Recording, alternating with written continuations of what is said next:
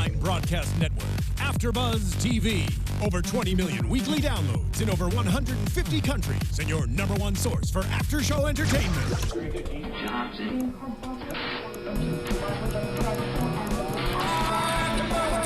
AFTERBUZZ TV, the destination for TV superfans. Producing after-shows for over 300 of your favorite TV shows. Interviewing celebrities and showrunners. And bringing you behind-the-scenes exclusives. All thanks to E! Entertainment's Maria Menounos, producer Kevin Undergaro, and internet leader Akamai. Now, let the buzz begin! Hey there, Sleepy Hollow fans! It's the mid-season finale here at AFTERBUZZ TV. We're talking about Sleepy Hollow. I'm not even going to try to say the title of this episode, so let's just move forward. I'm your host, Novus Ordo Seclorum. It's what means fight against tyranny. Novus Ordo Seclorum. I don't know. Whatever. Hey, Novus Ordo Seclorum. What you doing over there? Hey, you know, I'm talking Sleepy Hollow here. Nah, talking Novus Ordo Seclorum in there. Let's jump in this episode. Guys, I'm your host, Zach Wilson. Please forgive whatever just happened. Thank you for joining us this tonight. And yeah, let's just jump right in. You can tweet at me throughout the week, throughout the show. I've got the chat roll up on my phone. You can tweet at me at that Zach Wilson, and Stephen Lemieux back this week. You guys can tweet at me at Stephen Lemieux, and do me a favor and go follow the Popcorn Talk. Just for me, just do that. It's all real good stuff over there on Popcorn Good stuff. Talk. Movie talk. Jackie Borowski regrets that she could not join us here tonight, but be assured she will return whenever the show does. Yeah, me, Zach, and Jackie were trying to take on the Dark Wand. Jackie just pulled a bunch of energies out of me with a crystal and jumped in a tree, and she couldn't be here tonight. Yeah, but undoubtedly she will return. Because it was a fairly foreshadowing event of tonight's episode. What happened to Jackie? Yeah, I mean, we really got to understand where all the characters were losing Jackie to an evil tree. Evil tree, you know? She's performing on stage in an evil tree. We shouldn't have been hashtagging evil tree. That's when it came for us. It's like these people know what's going on. All right, let's get into this episode. Stephen Lemieux, first reactions. What did you think? I'll go first. Yeah, you go ahead. All right, I'm going to be straight up with you guys. I was not a huge fan of this episode. I think it had a couple really cool things, but had some weird logic issues that I didn't quite latch onto. I like what we're building here with the Hidden One. I think there's some cool stuff in that character, but it gets muddled around some sort of confusing elements. If the Hidden One and Pandora are gone after this episode, I hated this episode.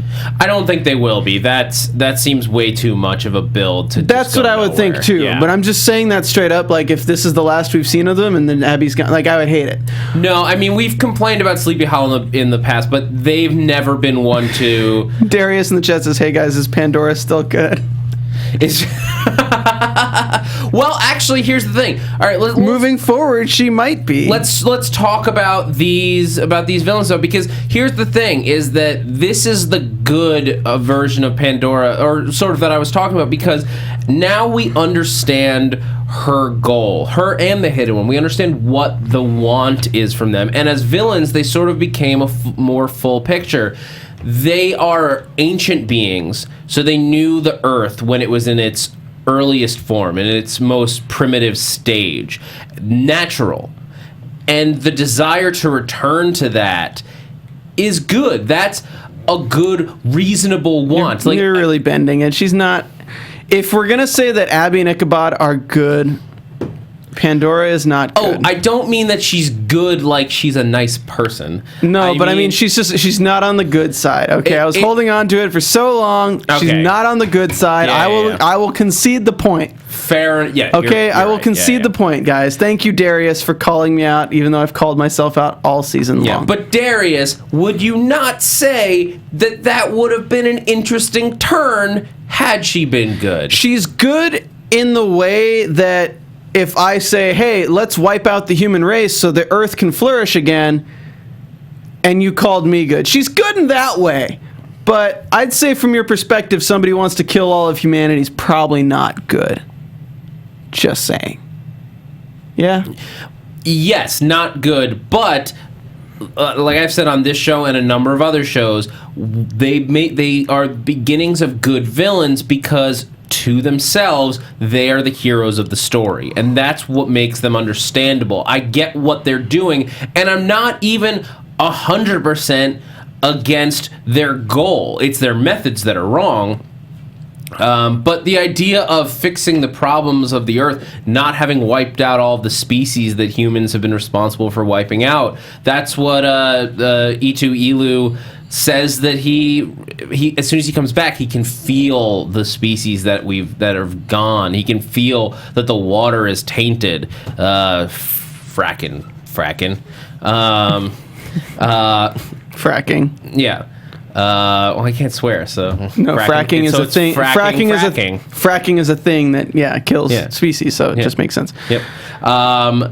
So I like that aspect of it. I like that they had a goal that we could understand. That said, what they were doing in this episode was confusing.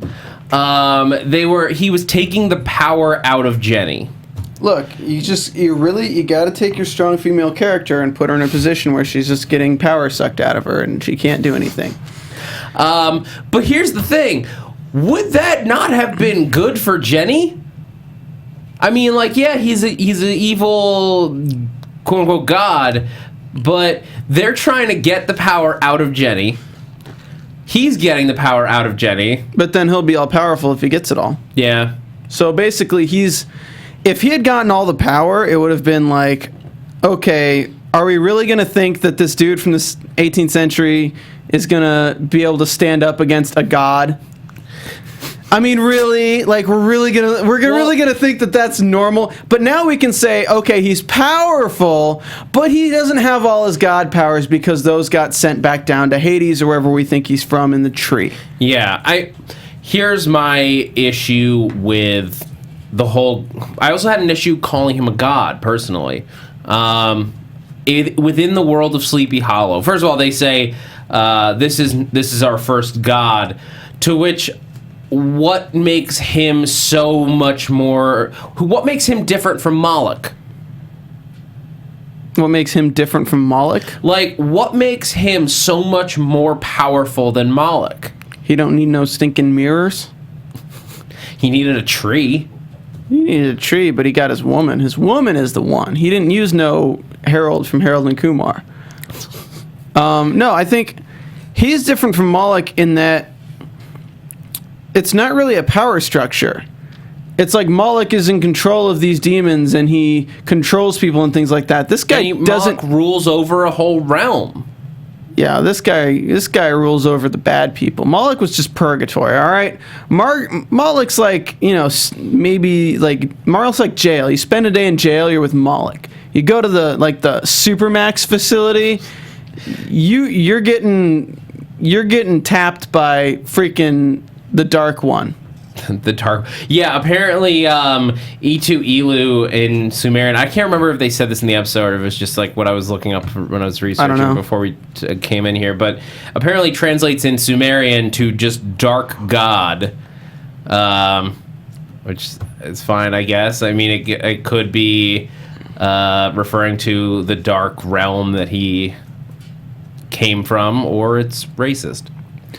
So I'm just saying they picked the name, not us. You guys are gonna hate me so much, but I'm gonna go on prediction right now because everyone in the chat's talking about Betsy Ross right now, and how we haven't seen her. In forever. And okay, guys, you take Abby out of the picture, right? You send Abby down to Hades. We're assuming that the Dark One's Anubis. It's the Eye of Anubis and things like that. Just oh no, I know what's where coming. You're going. All right, so you send Abby away. You have two options. Oh, I really liked the thing with Joe Corbin or Corbin Jr. Well, hold on. Get your Betsy Ross theory out. So you have two options. You either have Ichabod team up with Jenny and have the adventures of Ichabod and Jenny trying to get Abby out of Hades, or you have the adventures of Ichabod and Jenny needing another witness to take down the Dark One in Pandora. And as I said in previous episodes, that I believe Betsy Ross to be a witness of that time. They did make it clear this episode that there are other witnesses and that they are from a lineage of witnesses. But so let's just say we now know that it's possible to bring people back to life. Yes, but I will say, to just against the Betsy Ross as a witness theory, they specifically froze Ichabod because they needed a witness. So why wouldn't they have just used the witness that they had? They only were able to freeze Ichabod because he was injured and not dead. He was mortally wounded by the axe. Yes. So he had the horseman's power transferred into him. That's the only reason they were able to freeze him. All right. Fair enough. So if she had died normally, I don't think they would have been able to freeze him. Remember, because that's why him and the horseman are connected. When they wake up, the horseman wakes up and Ichabod at the same time. Yeah. I think that if Betsy was a witness and she died, or if Betsy was also sent somewhere else or whatnot, or there's two options. They can go back in time. We've seen that happen. Or they can resurrect her, and we've now seen that happen. Yep. So, you could just pull out of your writer's handbook of things that you shouldn't do and figure out how are they going to get Betsy back? Because if she's a regular, she's the one who could team up with Ichabod. Having Betsy Ross and Ichabod in the present would be more interesting than having them in the past, though, I think. Yes, absolutely. I don't think, and I think the chat roll agrees, Boo69B says, please don't tell me Betsy Ross taking Abby's place. A. Wilson says, Betsy Boobs witnesses nothing other than push-up bras. Betsy Ross disappearing. The show took a hint? Says Fabulous A. Delecto. Let's just ask this straight up. Do you, and I want to know what you guys think in the chat roll too, do you think Abby is gone? Forever? Is she dead? Oh, no. Yeah, thank you. I don't think anyone thinks Abby's dead. Yeah, people are saying, in the chat, online it says she's dead. People have died on this show. It doesn't stop them from being on the show. Frank Irving. This is what frustrates me about this. Why I didn't really enjoy this episode at the end of the day. Because at the end, this big cliffhanger, they're like, oh, it's going to be a big cliffhanger, mid-season finale, 3 months off, it's going to be crazy. We know you're not getting rid of one of the main two characters. We know that's not happening. I've talked about this on Doctor Who a lot. When you end an episode with the Doctor in mortal peril, we know that that's not going to be... we're not worried. Because we know as viewers that character is going to come back. You didn't get rid of that character. That character did not die. This show would not continue without Abby. It just wouldn't. It's about Abby and Ichabod. Abby being more the main character than Ichabod. So yeah. I would say, and yes, you could do an episode or two without her, but I can't imagine that they would even try to do another half of a season with just Ichabod and the other characters. So what do you think they're going to do with Abby then? I mean, this is kind of conjecture, but what do you think they're going to do with her? They could send her to Elysium. She could be in the Greek underworld. Mm-hmm. She could be in Hades. She could be in Elysium. You could have her... I mean, hell, they were summoning Norse gods. They could have her going through every single heaven-ish afterlife or hellish afterlife of different religions. You could have her doing a lot. You could have her on a Dante's Peak... I mean, not Dante's Peak. Dante's Inferno adventure. Very different thing. Yeah, you could have her on a Dante's Inferno type adventure, and while Ichabod's doing things. That would be a very different way to go. So and that's the thing. She's not dead. They blew it up as if she died, like Jonathan Revere, but that's not. That's what I mean. That's not. She's not gone. Dead, maybe, not gone. Dead, iffy. Can you die in the afterlife? The real question is, can you die if you've entered Hades before you explode? Because right? I mean, it's not meant for people living.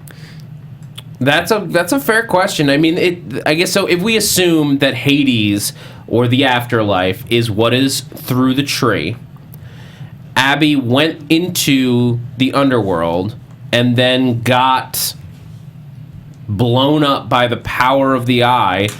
I guess it's possible that she reclaims that she's able to like just be reborn within the underworld. I would love to see her like traveling the river Styx, stuff like that. That could be really cool. It could be. Yeah, it could. I feel like if we get it, we'll just get it in flashbacks, though. They don't have the budget to do something like that. Yeah. Fabulous A. Delecta does make a good point. What they said, what I like about her dying is the emotional state of the whole team. That is fair. That is fair. Like, the next episode after this will be interesting to see how Ichabod, Jenny, and Joe move forward without Abby. What I'd like to see... And I think they're going this route. They're trying to make each character more interesting in their own right? So you have Ichabod, who already has his thing. You had Abby, who was very interesting to begin with because she's a witness. She's with Ichabod. She can do magic technically if we really look into it. Then you have Jenny, who just absorbed the eye of Anubis, or we're assuming it is the all-seeing eye, and had it taken out of her through something that's broken. So you never know if something's left in there. She could still have powers. She could attain some kind of power to see or foresight. Then you have Corbin Jr., who's looking into lycanthropy and looking into ways to make it benefit them if possible. So you have all these characters trying to find, and they're trying to like, make each character supernatural in its own right. Yeah. Which I really like. I think they're doing a smart way of, if that is what they're going for, they're doing a smart way of developing it because it's not just an overnight thing. It's different developments are leading to these characters having their own type of power. And if things serve, it could be a good storyline to see how Ichabod and Jenny and Corbin Jr. can develop without Abby battling this, because we're not... I think that the big gimme for this series is that throughout the series we've all been thinking, okay, no matter what, there are two witnesses that are against a centralized world-ending theory, right? There's two witnesses that are against it, and you need the two witnesses to defeat that. So I feel like as a viewer, if the two witnesses are together at all times, there's no way the world's going to end. I mean, if you really look at it, if the story is the witnesses prevent the destruction of the world and we have the two witnesses together at all times, it'd make it more interesting to get rid of one of them and figure out a way to separate them. And now Ichabod has to focus on not being just a witness. They have to use mental prowess. They have to use thinking outside the box.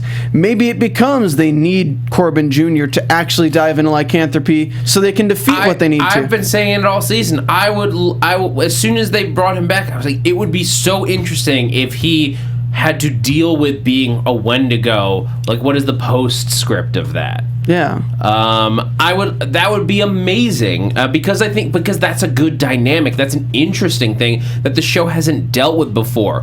What if you had a team member that was a werewolf?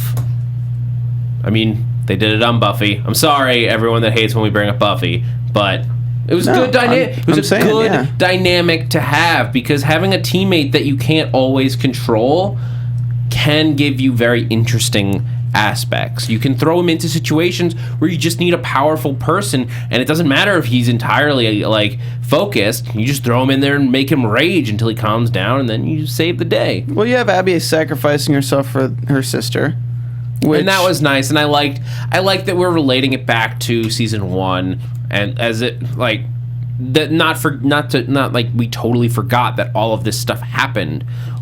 So that was cool. I think we can talk a little bit about what we think's going on with Reynolds and Abby being an asset. Yeah. What I want to touch on in this, and that we've never brought it up, even though it's kind of been like a subconscious knowledge thing. There's no way that there's not current world good guys that don't know about the witnesses and don't know about supernatural things. You mean that do know? There's no way there's not people who don't there's not people who don't know. You're saying that you believe there are good people in the world who know about the witnesses. I'm being fairly clear, Zach, when I say I don't believe there are people who don't know. All right. Okay, so I think we didn't talk about it. I talked about it last week. Oh, okay. So at the height of the presidency, you'd have to think if George Washington has this whole network on creating America that knows about all this stuff, you'd think things would last throughout the centuries and there'd be some kind of organization like Torchwood or whatever that... Well, again, another thing in this episode that I liked what they were starting with, but it just seemed it didn't go the right way. Bringing in the Masons. Ichabod, of course, would be a Mason. That totally works. The Masons are a current society that you could easily fold into this. That could be really cool. Oh my God, I hated the Animal House reference, though. I didn't like the Animal House reference was silly. Whatever. Okay. I could have just moved past it as a cute little like gag. What my problem with that scene is that like there's one copy of this ancient, ultra valuable text, and it's in a frat house at SUNY Albany, the worst, like the biggest party school in the country, and that's why literally. It's funny. By Princeton Review, I had a cousin that went there, and he remember he verified their rating. Basically, just a party school. Why was the book left there? So to your point, if there are good guys who know about all this, and it seems that Reynolds would, because if he's had Sophie Foster working with Nevins for all these months, dealing with this supernatural stuff, of course she's going to have reported back to him that at least they think this is real. Why was this super important book, which had a window that light was coming through, so it's not like that room was totally buried? How did no one know it was there, and why was it left all alone? I mean, I think the most basic question is if the Hessians are around now. Yes. How have they not taken over the world yet unless there was a force against them? I would really love for the Hessians to come back. That was such a big part of season 1, and they made it feel like it was such a bigger thing within this world. It's surprising that we haven't seen it in 2 years. I think we've just been this season really caught us up on Sleepy Hollow, the town Sleepy Hollow. But I think we need to expand outside of that to what is the real world and what are the other people who know about what's going on. I want Sleepy Hollow Europe. Wait. It's like Disneyland. You got Disneyland UK. I want Sleepy Hollow UK. Yeah, except that like Sleepy Hollow is a specific town. Yeah. But no, I would love to see. But you're right. 3 seasons in, we should be expanding the world we live in, not shrinking it. So well, it's tough when you have a strong first season and a second season that just throws everything out the window. And they did have to sort of just get back to basics a little bit while still moving forward. Okay, I get it. We have a big hiatus now for several months. I would love to come back and have gone out further into this world. Who knows? I mean, you could even have Reynolds and Sophie Foster, or even just Sophie Foster, like behind Reynolds' back, working with our little Scooby gang on whatever projects to get Abby back. Like that wouldn't be totally outside the realm of possibility, because if they do take a 3-month break within the show and jump us forward, like they did at the start of the season. I mean, it could be like a Fringe thing, and they say 1 year later. Well, that's what I mean. But you could do 3 months later and just like keep it in time with the amount of real world time that's passed. Yeah, you could. And we're banking on the fact that the tree takes you to the underworld. That's true. When in reality, the tree could just take you somewhere else in the real world. That's true. I hadn't thought about that. I mean, she could wander into there and like pop out in a pyramid in Egypt. So she walked out of the tree with the body, correct? With what's his face? Last episode.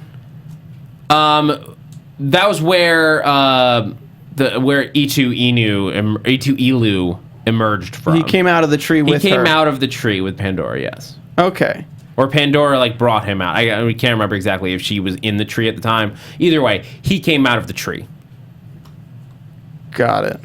So he was down there, wherever there was. It could have been the afterlife. It could have been a tomb. He was mummified, and we did see his we did see that the Sumerian carving was very Egyptian, the way that it was designed. I don't have enough working knowledge of Sumerian culture to know if they have enough crossover. I mean, unlike Ichabod, who apparently took a lot of Sumerian language courses at Oxford. I mean, what would you do if the first scene in the next episode is Abby's Jackie's like, ah! What if the first season of After We Get Back from Break is Abby coming out of a pyramid in present day? I'm on board. She's coming out of a pyramid in present day, and she's now in I'm on board. Hey, in the real world, they just found some crazy extra tomb inside one of the pyramids of King Tut. Yeah? That they think is like some ancient, that might be his mom or something. What if that's where Itu Inu is? That was the home of the dark god. The hidden one. Hidden until now. That'd be really cool if... Oh my god, guys. So, the explosion caused the shift in the pyramid, and archaeologists unearth a tomb, and they open it, and it's Abby. And she's like, literally 5 minutes had passed or something like that. Yeah. But they open it, and there's a person there, and she's like, "No, I'm from Sleepy Hollow. I'm an FBI agent. I don't have my badge because I turned it in." That would be a really Sleepy Hollow thing to do. It would, but that would be cool. Yeah, I would. That would be a fun. That would be interesting, and it would be different. It'd be different, and it wouldn't stop the story, and we could develop her story on how she's getting back to Sleepy Hollow without using up the entire budget on special effects for The Ever Sticks or something. Yeah, I mean, you could easily... I mean, I'm sure that they have some sets... They could go over to Universal and just shut down the Mummy ride for a day. Emotep. Emotep. So, I mean, that's sort of the episode as a whole. Nevin got eaten. Nevin got dragged somewhere. The implication was that he's still alive. What? Wasn't it? I didn't think so. Her eyes turned green, and then there was a pool of freaking blood where he was sitting. Maybe. I mean, I thought he got eaten whole. Did he actually get eaten? Yeah, I think she's like a serpentine kind of thing. Oh yeah, they never really dealt with that. No, they still haven't explained why she got all scaly. Yeah, I think she's like serpentine in some ways. I hadn't thought that she ate him. I was just like, the body's not there, and to me, no body, no death. I don't believe a character's dead, and this is a minor character, so I guess it's fine. But like, I generally don't believe a character's dead until I see the body. In this case, I think that she kind of ate him, pretty much. I don't think Pandora had an appetite. Oh, speaking of Pandora's box, iTunes.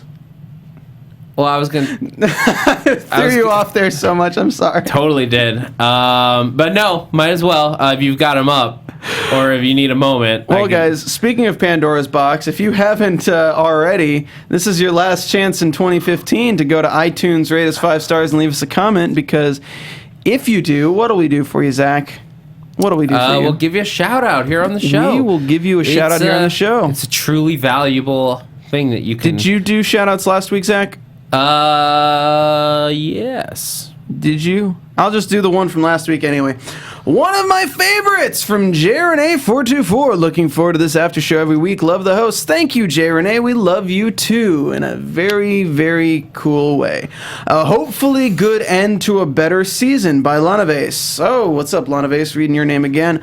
I hope all of you return for the Sleepy Hollow podcast in the new year. This season has been shockingly better than the second one, and your after show made it even more so. Since you were absent last week, Stephen, what did you think about the Berserkers not being Titans and about Nevin's working for Pandora and her living god of a master?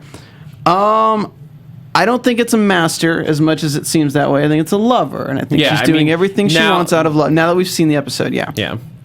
And the Berserkers not being Titans, I mean, come on. Berserkers, Titans, like, semi-similar, just different myths behind it. Liz Sickles says, fantastic podcast. Every week I make sure to check out this podcast because sometimes I miss things when I watch the show live. Everyone gets involved and is great with reviewing the episode, and all of them seem to know their stuff. I don't know where I'd be without a great podcast. Love you guys.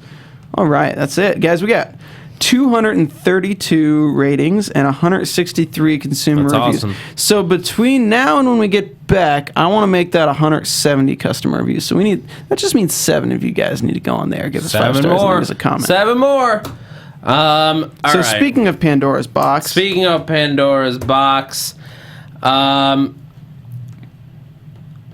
The chat roll is just It's being exploded. ridiculous. It's gone. Yeah, well, there's just 2 people. Darius just like, ha, Pandora's box.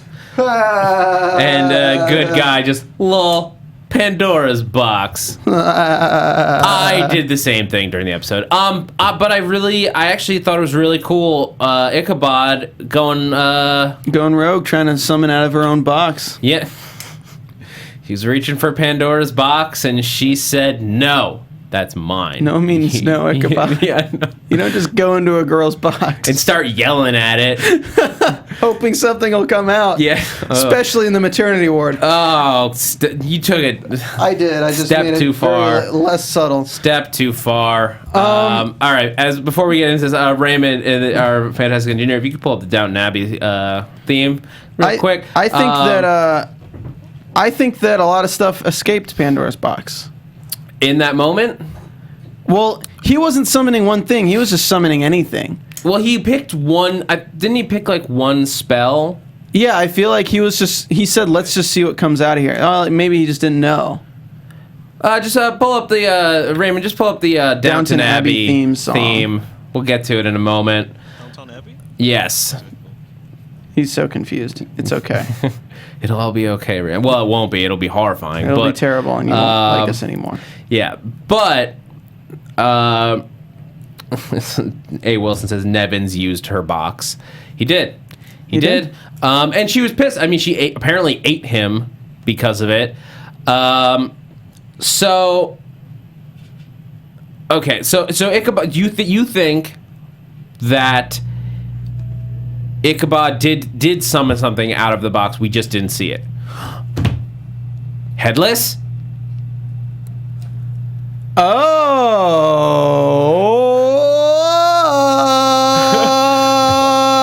Please, Sleepy Writers, if you have any kindness left in you, That's pretty good. give us Headless back out of the box, because it's Sleepy Hollow.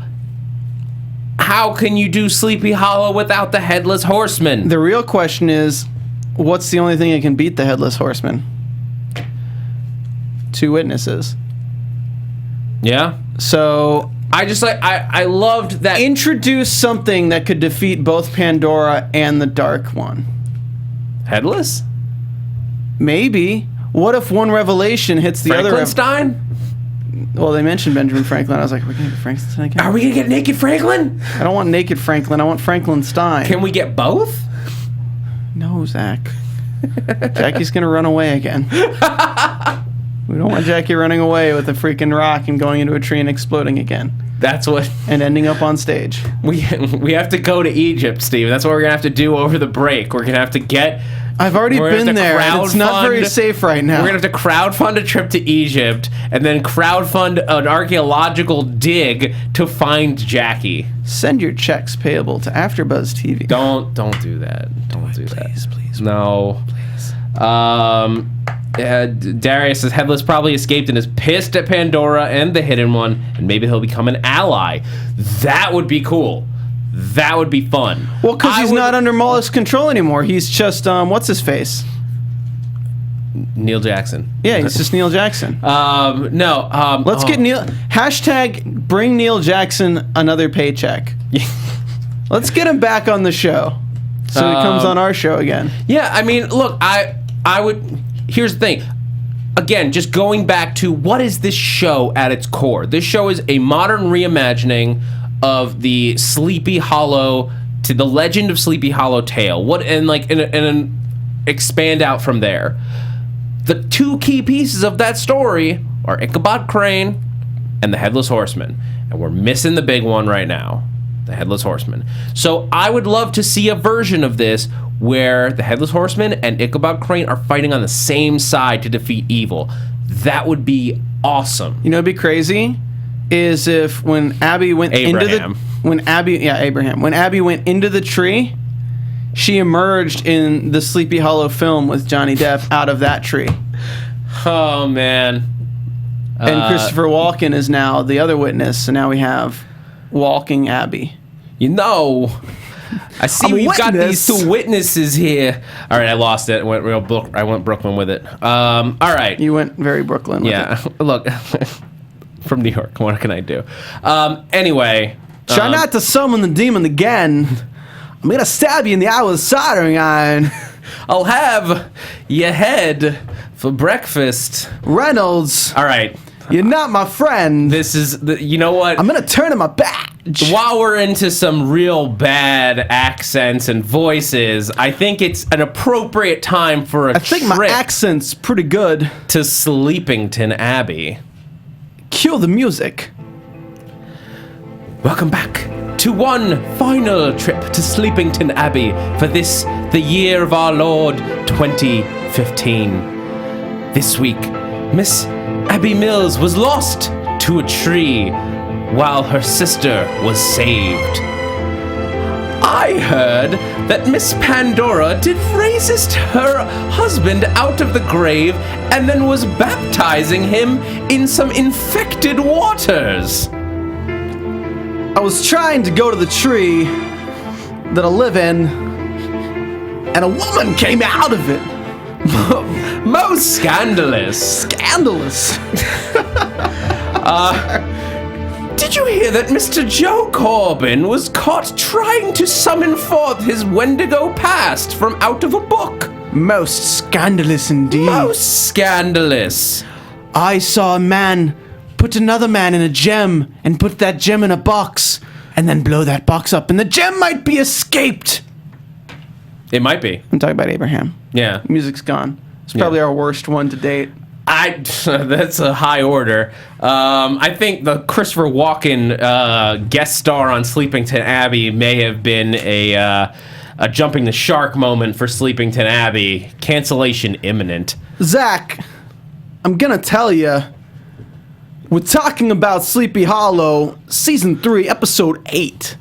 Novus Ordo Seclorum. All right. Let's do predictions. And that's pretty much it.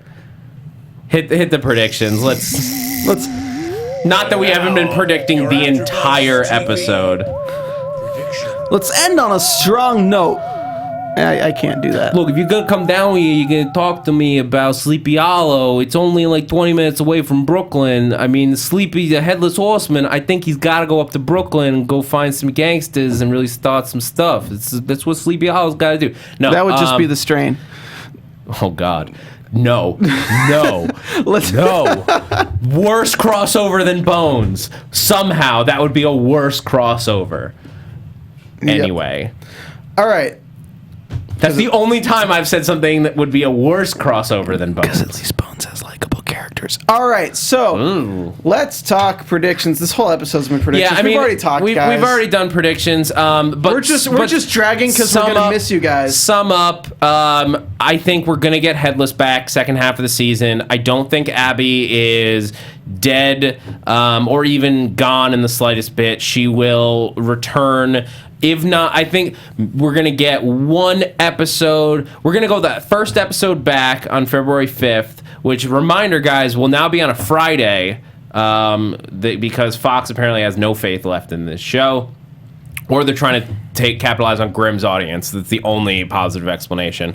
That first episode back, we won't see Abby until the last 20 seconds. Yeah, I agree, and I really am hoping it's that pyramid thing. Yeah, it'd be cool. Because finding a present-day human in a long, ancient pyramid would just be hilarious and awesome. Wow! Yeah. Fabula! Adalacto! Wow! They say in the chat. No, I believe they said, Steven, please stop with the walk-in. I'm begging you.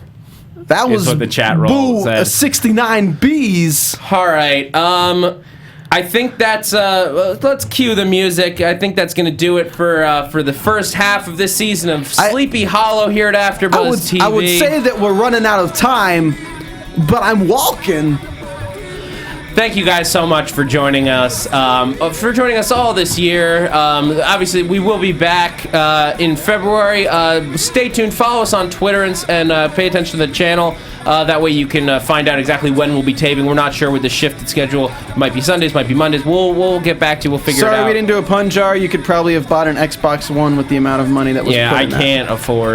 I can't afford it. All right. Until then, Stephen Lemieux, where can everyone keep up with you? You guys need to do me a favor and tweet 123Jackie_B about how much you loved her opinion on tonight's episode. Again? And how much you think she was great on the after show. But go ahead and toss her a follow at the same time. Fall for it again. Also, you can tweet me at Stephen Lemieux, StPHENLEMIUX. Definitely go and follow The Popcorn Talk. It's my other network where we do movie shows talking about movies, Marvel and DC, everything. So check that out. And I think we're going to do the watch along for the Sleepy Hollow movie. Yeah, I think probably sometime in January, February, right before we come back, you, me, and Jackie will sit down. Yeah, we want to do it like as a bringer back to. We'll do a Mystery Science Theater style, which is what the walk-alongs are. Watch-alongs. A little bit less comedic, more like commentary. But yeah, it's gonna be fun. Yeah, I mean this one it'll be both, but.